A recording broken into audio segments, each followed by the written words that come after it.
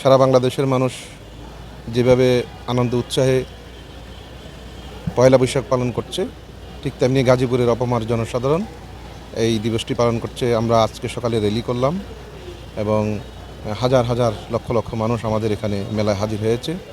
আমাদের সরকারি সকল দপ্তরের কর্মকর্তা কর্মচারীরা এই আনন্দ উৎসবকে সুন্দর করার জন্য একসাথে কাজ করেছেন। আমাদের এবারের যে পহেলা বৈশাখ, এই বৈশাখের মূল মন্ত্র সেটি হচ্ছে গণতন্ত্রের যে পুনরুত্থান হয়েছে সেটিকে আমরা সেলিব্রেট করছি। সেজন্য বলা হয়েছে নববর্ষের ঐক্যতান, গণতন্ত্রের পুনরুত্থান। এবং এবারে মাননীয় প্রধানমন্ত্রী আজকেই টাঙ্গাইলে কৃষক কার্ডের উদ্বোধন করছেন। আমাদের পহেলা বৈশাখের সাথে কৃষক, কৃষিজীবী মানুষের এবং আমাদের যে নববর্ষের যে হালখাতার একটি সম্পর্ক রয়েছে, সেই পুরনো সম্পর্কটি, সেই পুরনো কালচারটি আমরা ফিরিয়ে আনার জন্য, এবং সেটি আমাদের মূল কালচার এবং সেটি আমাদের ঐতিহ্যের একেবারেই শিকড়ে আছে, সেটি নিয়েই আমরা কাজ করছি।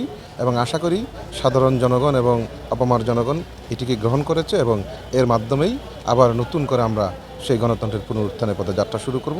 আমরা টেলিভিশনের সকল আজকে বেসিক্যালি সেটি হচ্ছে সকালবেলা আমরা র্যালি করেছি এবং গতকালকে আমরা চৈত্র সংক্রান্তি এবং পহেলা বৈশাখ উপলক্ষে মেলার উদ্বোধন করেছি।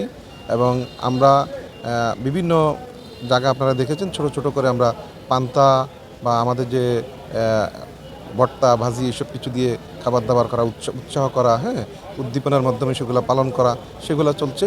আর দুপুরের পর থেকে এখানে যে মেলা রাজবাড়ির মাঠে, সেই মেলায় বিভিন্ন শিল্পীরা গান করবেন, নাটক করবেন, নাচবেন, গাইবেন, বানরের খেলা হবে, সাপের খেলা হবে, বিভিন্ন ধরনের খেলা এখানে হবে, লাঠি খেলা হবে, সেগুলো দর্শকরা উপভোগ করবে এবং এটি আগামী 3 দিন চলবে। এটি হচ্ছে আমাদের আয়োজন।